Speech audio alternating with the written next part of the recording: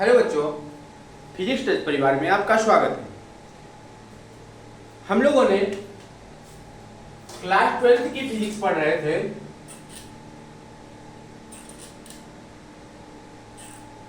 जिसमें हमारा चैप्टर 1 था। चैप्टर 1 क्या था? इलेक्ट्रिक फील्ड एंड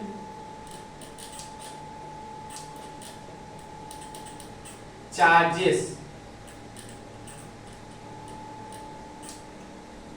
यही था हमारा चैप्टर। ये था ना, पहला चैप्टर क्या है आपके 12th में? तो इलेक्ट्रिक फील्ड एंड चार्जेस, जिसमें से हम लोगों ने कूलॉम का नियम जाना था, चार्जेस क्या होते हैं, चार्जेस की प्रॉपर्टी क्या होती है और कुछ एप्लीकेशन के बारे में जाना था।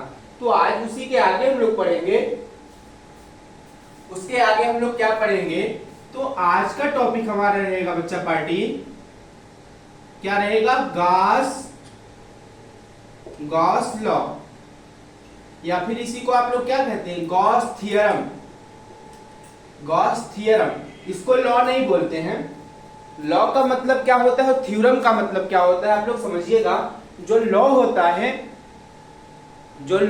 वो लॉ अगर कोई वैज्ञानिक लॉ देता है तो वो फिक्स रहता है, हमेशा वही लॉ यूज किया जाता है, वही डिफिनीशन, वही वर्ड, वही सब कुछ सेम टू सेम अगर यूज किया जाता है हर जगह, हर एक जगह पर, तो वो क्या होता है? लॉ बोलते हैं उसको। लेकिन थ्योरम क्या होती है? थ्योरम, अगर आप गॉस के इस थ्योरम को और अच्छे से प्रूव कर पाते हैं तो थ्योरम जो होती है वो मॉडिफाइड हो सकती है, लेकिन लॉ को चेंज नहीं किया जा सकता है। लॉ को आप लोग चेंज नहीं कर सकते हैं, थ्योरम को चेंज किया जा सकता है लॉ में, लेकिन कोई भी चेंजेस नहीं किए जा सकते हैं। तो थ्योरम में चेंज किया जाता है। तो गॉस जो हमारे एक वैज्ञानिक हुआ करते थे, उन्होंने एक थ्योरम दिया। उन्होंने अपने थ्योरम में क्या बताया? तो उन्होंने बताया, पूरी तरीके से बात की वो इलेक्ट्रिक फील्ड लाइंस की। तो आइए समझते हैं गॉस थ्योरम होती क्या है, इसकी डिफिनीशन जानेंगे, फिर उसका मतलब क्या होता है, कहां पर यूज होता है, कैसे यूज होता है, उन सब चीजों को हम लोग अपने इस वीडियो में आप लोग देखिएगा। हम लोग पूरी तरीके से इस वीडियो में बस गॉस थ्योरम, गॉस के एप्लीकेशन, गॉस थ्योरम यूज कहां होता है, और ये आपका बहुत ही इंपॉर्टेंट टॉपिक है, वेरी मोस्ट इंपॉर्टेंट टॉपिक है। गॉस थ्योरम से आपका एक या दो क्वेश्चन आपके बोर्ड के एग्जाम में आना अनिवार्य है, चाहे वो नीट का एग्जाम हो, जेई का हो, या फिर कोई भी बोर्ड एग्जाम हो, सीबीएसई, आईसीएसई या फिर यूपी बोर्ड, गॉस के थ्योरम से एक या दो क्वेश्चन जरूर बनते हैं। तो आइए इसकी डिफिनीशन सबसे पहले हम लोग इसकी डिफिनीशन जानते हैं। तो लिखिएगा, जैसा कि इसका जो गॉस थ्योरम होता है, इसका डिफिनीशन होता क्या है? तो होता है एरिया वेक्टर। तो पहले इसमें हम लोग एरिया वेक्टर लेकर इसकी डिफिनीशन देखते हैं। एरिया वेक्टर आप लोग जानते हैं कि क्षेत्रफल वेक्टर क्या होता है। अगर नहीं जानते हैं तो हम अभी लिख रहे हैं, आप लोग समझ जाएंगे कि क्या होता है एरिया वेक्टर। ये गॉस थ्योरम पे एरिया वेक्टर कैसे काम करता है, कैसे यूज आता है, कैसे इसका उपयोग होता है, अभी आप लोग इसके बारे में थोड़ा सा आइडिया लग जाएगा। लिखिएगा इसमें एरिया वेक्टर में कि the vector associated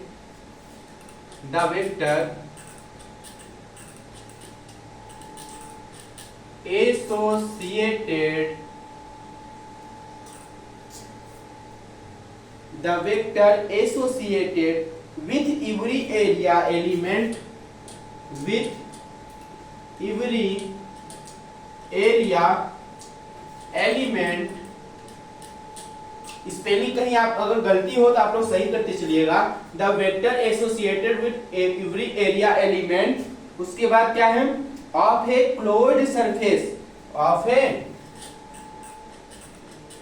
closed surface, of a closed surface. जो ये the vector associated with every area element of a closed surface is taken to the direction, is taken to the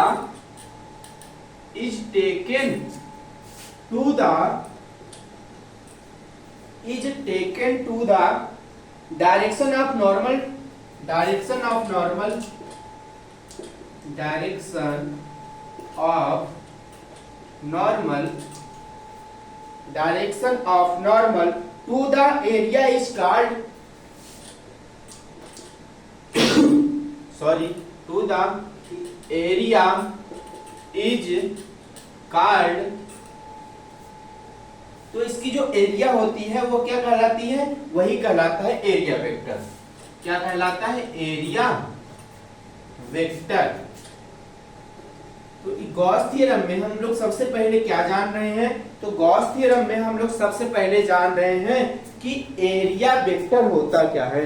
तो area vector होता क्या है? आपके सामने लिखा हुआ है, एक छोटी सी डिफिनीशन लिखी हुई है। तो वो डिफिनीशन क्या लिखी हुई है आप पढ़ सकते हैं कि क्या लिखी हुई है। तो देखिएगा, लिखा हुआ है एरिया वेक्टर जो होता है, the vector associated with every area element of a closed surface is taken to the direction of normal to the area is called area vector. हाँ, तो इसका मतलब यही हुआ कि मान लीजिए आपके पास कोई एक सरफेस है, ये सरफेस है और इसका छोटा सा एक एरिया ले लेते हैं। मान चलिए ये एरिया ले लिया, इसके बीच का छोटा सा एक टुकड़ा ले लिया। तो यही जो बीच का हिस्सा है, इसके बीचों बीच ये नॉर्मल है। तो ये जो नॉर्मल बन रहा है इसको बीचों बीच, ये होता है क्या? DSR। इसी को आप सीधा सीधा DS बोल सकते हैं। यस क्या है? छोटा सा एरिया है, सरफेस है। यस है आपका क्या? सरफेस कर सकते हैं, सरफेस यानी कि D लिख दिए हैं। आप लोग जानते हैं डिफरेंशिएशन इंटीग्रेशन करना। तो डिफरेंशिएट करेंगे छोटे से एरिया का, तो उसके सामने क्या लग जाता है? वो लग जाता है D लिख दिए, तो छोटा सा एरिया लिख दिए, वो हो गया छोटा सा एरिया, मतलब सरफेस का DS। ठीक है, ये बात आप लोग समझ गए कि एरिया वेक्टर होता क्या है? छोटा सा किसी भी क्लोज्ड सरफेस का एक छोटा सा टुकड़ा, जिसके एक नॉर्मल की डायरेक्शन में क्या ले लेते हैं? एक छोटा सा टुकड़ा ले लेते हैं। वही क्या कहलाता है? वही कहलाता है हमारा एरिया वेक्टर। ये बात आपको समझ में आ गई हो तो आगे बढ़ा जाए। जब आगे हम लोग बढ़ेंगे तो इलेक्ट्रिक फ्लक्स की बात करेंगे। इसको हम इरेज कर रहे हैं। अभी आपको समझ में आएगा धीरे धीरे, जैसे जैसे हमारा ये लेक्चर आगे बढ़ता जाएगा, आपको धीरे धीरे सारी बातें कंफर्म होती चली जाएंगी कि गॉस थ्योरम होता क्या है, कैसे यूज होता है, इसकी प्रॉपर्टी क्या होती है। अब बात आती है हमारी इलेक्ट्रिक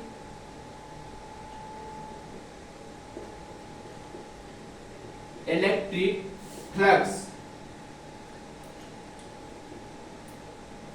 हिंदी में इसको क्या बोलते हैं आप लोग? इलेक्ट्रिक मतलब विद्युत, फ्लक्स मतलब फ्लक्स की कोई हिंदी नहीं होती है। फ्लक्स का मतलब फ्लक्स ही होता है हिंदी में। तो इलेक्ट्रिक फ्लक्स, विद्युत फ्लक्स होता क्या है, इसके बारे में जानते हैं हम लोग। तो होता क्या है ये चीज? इसमें एक छोटी सी आप लोग फिगर बनाएंगे।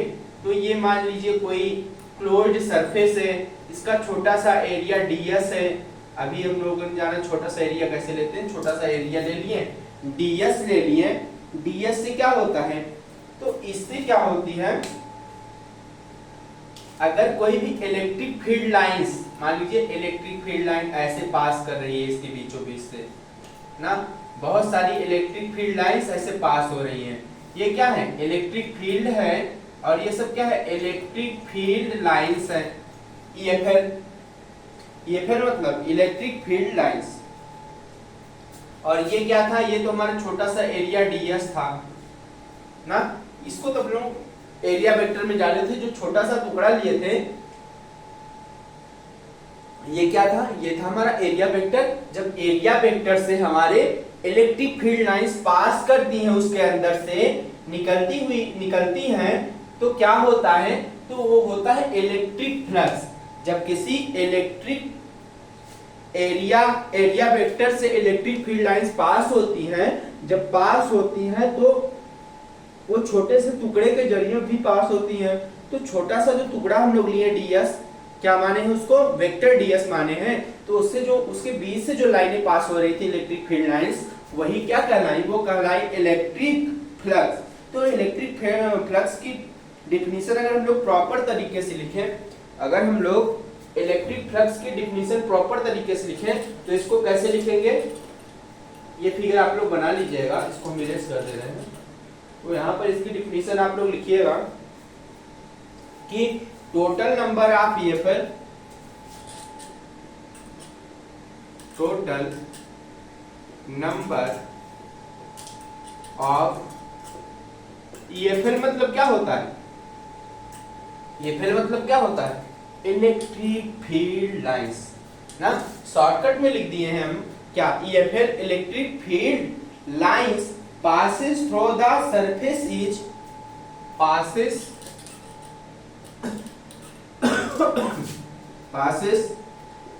through the surface is total number of electric field lines passes through the surface is called electric field, called electric field linked, linked मतलब जुड़ा हुआ, किससे जुड़ा रहता है, तो लिंक्ड रहता है ये किससे, ये लिंक्ड रहता है विथ दैट सरफेस, उस सरफेस से, विथ दैट सरफेस। अभी फिगर बनाया था मैंने जिसमें इलेक्ट्रिक फील्ड लाइन पास हो रही थी, वो इलेक्ट्रिक फील्ड लाइन जो पास हो रही थी वो सरफेस से ही तो पास हो रही थी, तो वही बात लिखी है, electric field sorry called electric field linked with that surface. ठीक, ये बात यहाँ पे कंप्लीट होती है। जब कंप्लीट हुई तो फुल स्टॉप लगा दिया। आगे जब हम लोग बढ़ते हैं तो इसमें पढ़ते हैं हम लोग इफ डी फाई, मान चलिए इफ अगर डी फाई क्या है भाई, इलेक्ट्रिक फील्ड लाइन जो पास हो रही थी उनका नंबर, कितनी इलेक्ट्रिक फील्ड लाइन उस सरफेस से पास हो रही हैं, कितनी इलेक्ट्रिक फील्ड लाइंस उस सरफेस से पास हो रही हैं, तो जितनी पास हो रही है नंबर ऑफ ईएफएल, तो जितनी भी नंबर ऑफ ईएफएल, जितनी भी इलेक्ट्रिक फील्ड लाइन इससे पास हो रही हैं उसको नापा जाता है किससे, डी फाई से। इसी क्या कहते हैं, डी फाई।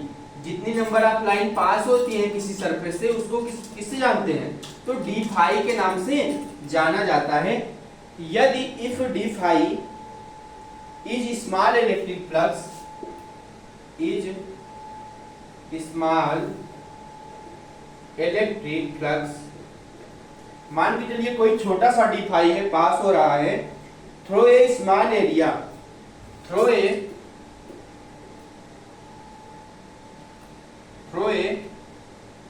स्मॉल एरिया, वही ना जो बीच का हिस्सा थोड़ा सा हम लोगों ने लिया था, थोड़ा सा टुकड़ा लिया था जो हम लोगों ने एक सरफेस बनाया था।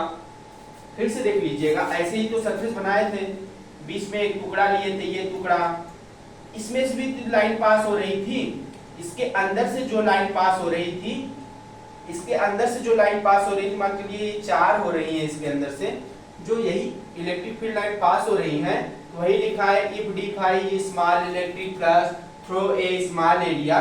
तो छोटे से एरिया से जो इलेक्ट्रिक फील्ड लाइंस पास हो रही हैं उनके बारे में क्या बात है, तो वही लिखिएगा area ds due to, ds था due to an electric field, an electric field, and electric field. फिर क्या होता है, an electric field E at N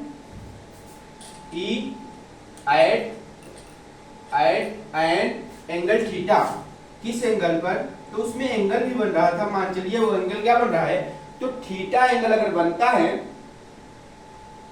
then तब क्या होगा, तब क्या होगा, तो हमारा वहां से एक बात निकल के आता है क्या, d phi equal to EDS, d phi equal to EDS, EDS या फिर लिख सकते हैं ईडीएस कॉस थीटा, इतनी बात हम लोग लिख सकते हैं। अगर कोई इलेक्ट्रिक फील्ड लाइन किसी भी छोटे से एरिया से पास होती है तो हम लोग क्या लिख सकते हैं उसको, EDS cos थीटा। लेकिन एक बात लिखिएगा, एक बात क्या लिखेंगे, तो एक छोटी सी बात इसी में ऐड करते हैं, वो इंटीग्रेशन करते हैं, इंटीग्रेशन। तो छोटे से एरिया के लिए छोटा सा इंटीग्रेशन, ये छोटा सा स्मॉल इंटीग्रेशन कर दिए, बीच में कट मार दिए इसके, तो ये क्या हुआ, छोटे से एरिया का इंटीग्रेशन। तो इंटीग्रेशन के बीच में देखिए थोड़ा सा कट मार दिए, जीरो बना दिए हैं, तो इसका मतलब हुआ छोटे से एरिया, हम लोगों ने बड़ा सा सरफेस लिया था, बड़ा सा सरफेस लिया था, उसमें से छोटा सा टुकड़ा लिया था, उसका इंटीग्रेशन किए जब, तो इलेक्ट्रिक फील्ड लाइन की पास हुई छोटे से एरिया से। हाँ ठीक है, इलेक्ट्रिक फील्ड लाइन पास हुई छोटे से एरिया से। जब छोटे से एरिया का हम लोग इलेक्ट्रिक फील्ड लाइन कितनी पास हो रही है वो निकालते हैं, तो फाई क्या होता है, passes of electric field line in the surface of area of the small surface area. तो जो छोटी सी जगह, छोटे से टुकड़े से, छोटे से सरफेस से जब भी जितनी भी इलेक्ट्रिक फील्ड लाइन पास करती हैं उनका नंबर जो होता है वही होता है क्या, वही होता है इलेक्ट्रिक फ्लक्स। तो यही फार्मूला होता है integration of phi equal to ds EDS इक्वल टू फाई EDS cos theta.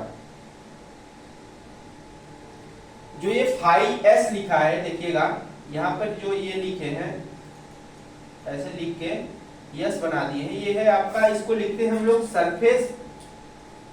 Surface integration. इसको क्या बोलते हैं, सरफेस इंटीग्रेशन। आप लोग इंटीग्रेशन अगर नहीं पढ़े होंगे तो पढ़िएगा, इंटीग्रेशन क्या होता है, डिफरेंशिएशन का होता है, इस सब चीजों के बारे में आप लोग पढ़िएगा। ना पढ़े हो, अगर आपको डिफरेंशिएशन इंटीग्रेशन नहीं आता हो, अगर पढ़ना चाहते हो तो कमेंट बॉक्स में बताइएगा कि सर इंटीग्रेशन क्या होता है, डिफरेंशिएशन क्या होता है, थोड़ी सी बात बता दीजिए कि किसी चीज को डिफरेंशिएट कैसे किया जाता है, इंटीग्रेट कैसे किया जाता है, उन सब बातों को हम लोग बता देंगे। मैं बता दूंगा, हम लोग क्या, मैं अकेले बता दूंगा, आप लोग के लिए मैं इंटीग्रेशन भी पढ़ाने की कोशिश कर दूंगा। तो ठीक है, ये बात आप लोग जान गए इलेक्ट्रिक फ्लक्स क्या होता है। अभी हम लोगों ने जाना एरिया वेक्टर क्या होता है। गॉस थ्योरम में आपका क्या आता है, तो गॉस थ्योरम में ही आपका आता है एरिया वेक्टर। पहले छोटा एरिया वेक्टर को जानो, फिर क्या जाना, इलेक्ट्रिक फ्लक्स क्या होता है। जब हम लोग एरिया वेक्टर को जान लिए, इलेक्ट्रिक फ्लक्स को जान लिए, अब बारी आती है गॉस थ्योरम होती क्या है। अब बात आती है कि गॉस थ्योरम होती क्या है। जैसा कि मैंने आपको बताया था क्या, कि गॉस थ्योरम, गॉस जो थे, गॉस जैसे हम और आप एक मनुष्य हैं, वैसे गॉस भी क्या थे, एक मनुष्य है। हम लोग तो कुछ कर नहीं पाए, लेकिन गॉस साहब ने क्या किया, एक थ्योरम दिया हमारे फिजिक्स में, जो बाद में क्या कहलाई, वो कहलाई हमारी गॉस थ्योरम। तो गॉस थ्योरम होती क्या है, आइए जानते हैं, लिखिएगा Gauss theorem.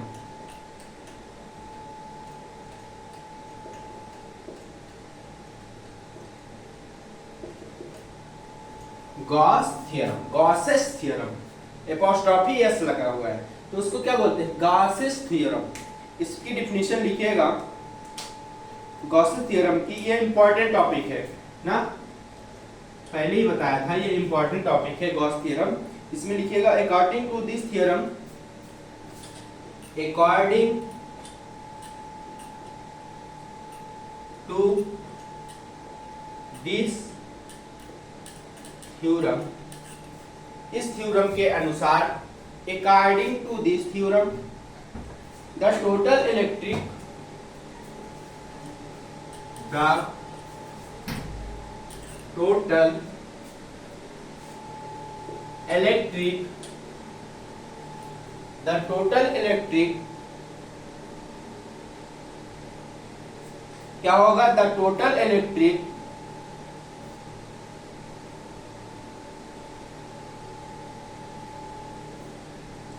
Flux linked, flux linked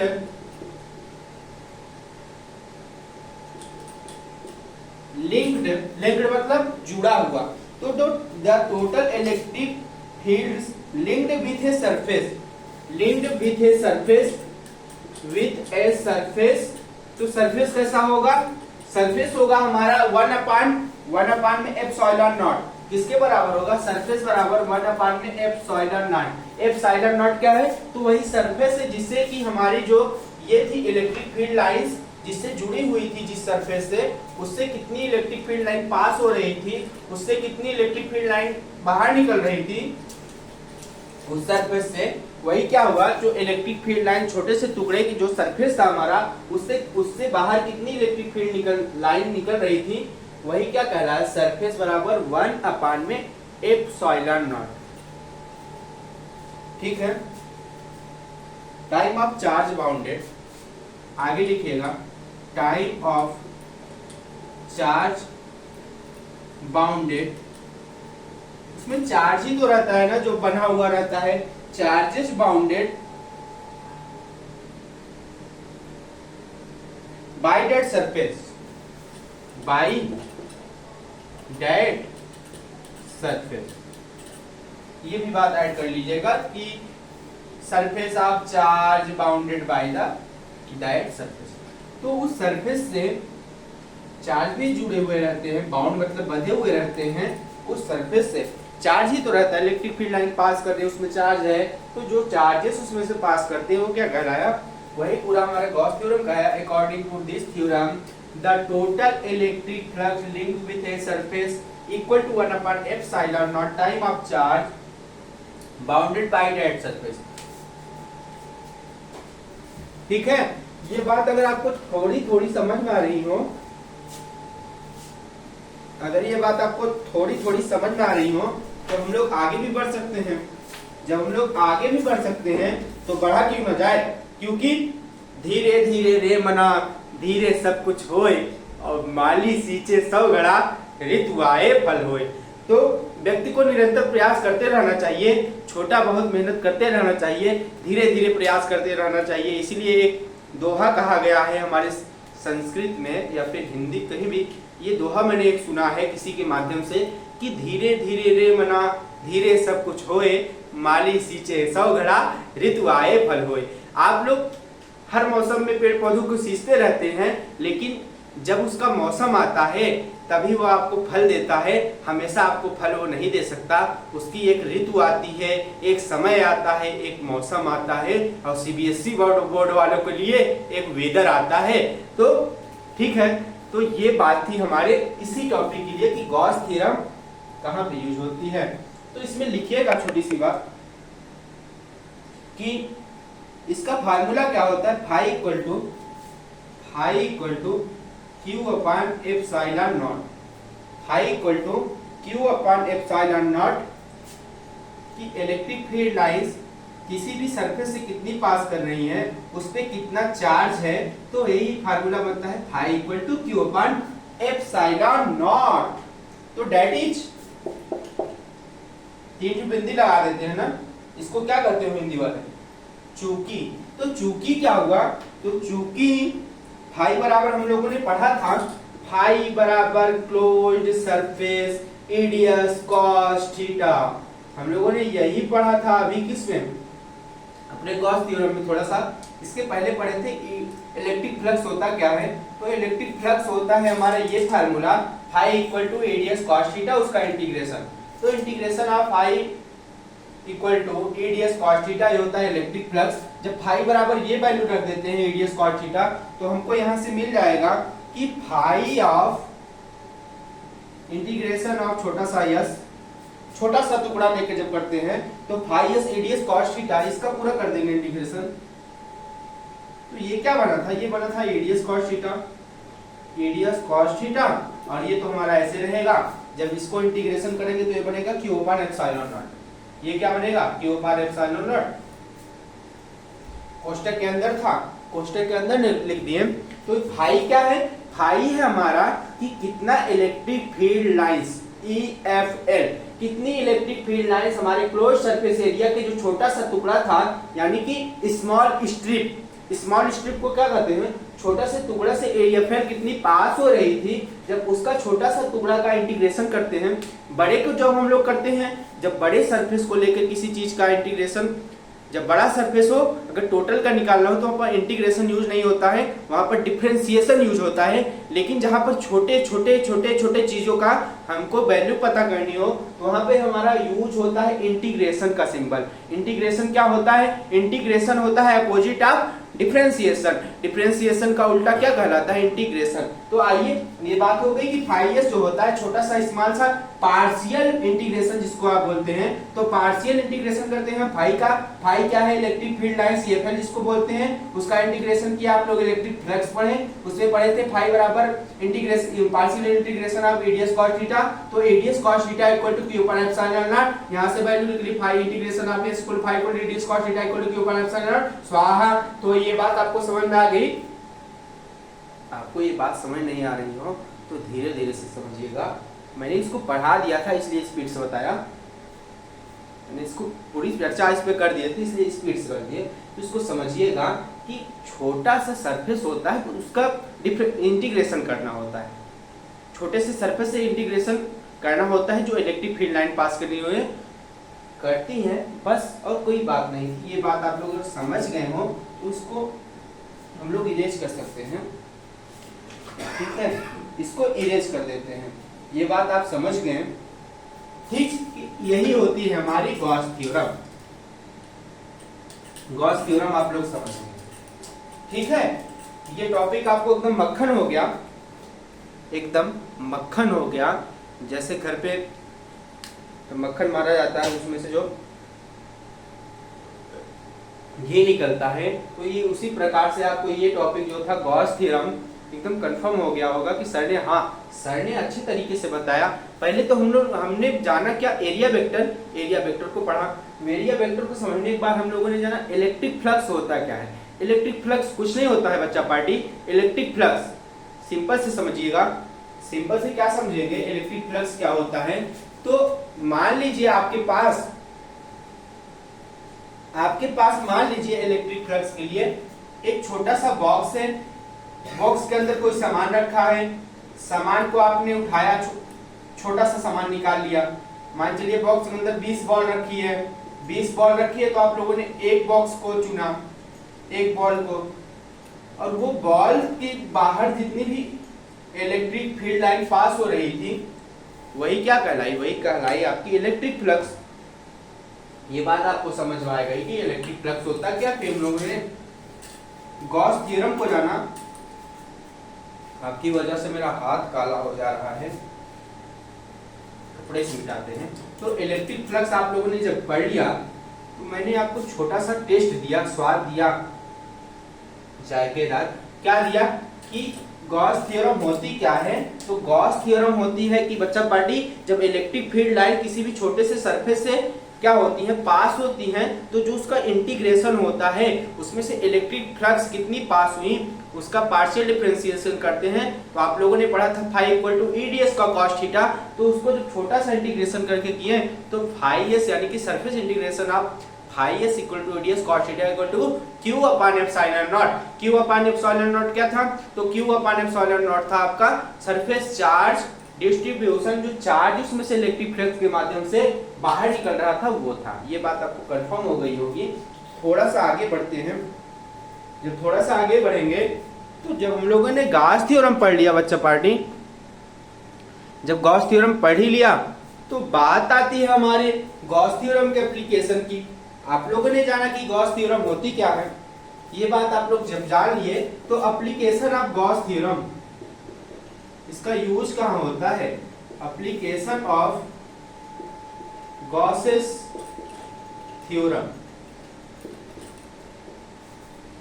application अनुप्रयोग,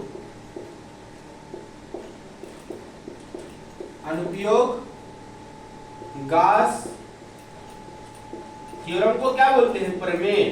तो गॉस का प्रमेय जो होता है प्रयोग कहाँ होता है, ये बात हम लोग नेक्स्ट वीडियो में पढ़ रहे होंगे। क्योंकि मेरा मोबाइल डिस्चार्ज होने वाला है, मैंने फोन अपना चार्ज नहीं किया है, मात्र 5% उसकी बैटरी बची हुई है।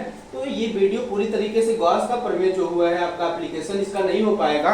इसका एप्लीकेशन होगा हमारे नेक्स्ट वीडियो में। अभी आप लोगों ने गॉस के थ्योरम को जाना, तो गॉस की थ्योरम से क्वेश्चन जो है आपके बनते हैं, तो इसको आप लोग समझिएगा। बाकी का जो इसका एप्लीकेशन है हम लोग नेक्स्ट वीडियो में देख रहे होंगे। आज के लिए बस इतना ही, मिलता हूं मैं आपसे नेक्स्ट वीडियो में इसी जोश और नए जुनून के साथ। और अगर आप लोग एक शायरी सुनना चाहते हो तो सुनिएगा कि ये बात मेरी उन लोगों के लिए है जो बच्चे क्या कर रहे हैं, आप लोग प्यार मोहब्बत के चक्कर में पड़ रहे हैं ना, कि जो लोग लाल पीला हरा नीला लाल गुलाबी के चक्कर में पड़ते हैं, उनके लिए मेरी एक बात याद रखिएगा।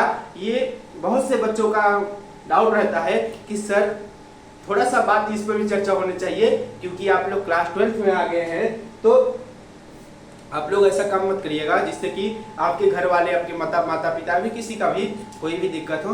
तो अगर ऐसी बात आती है तो मेरा एक शायरी याद रखिएगा कि कौन कहता है पहले प्यार को भुलाया नहीं जा सकता, कौन कहता है पहले प्यार को भुलाया नहीं जा सकता, बस दूसरी वाली मस्त न होनी चाहिए।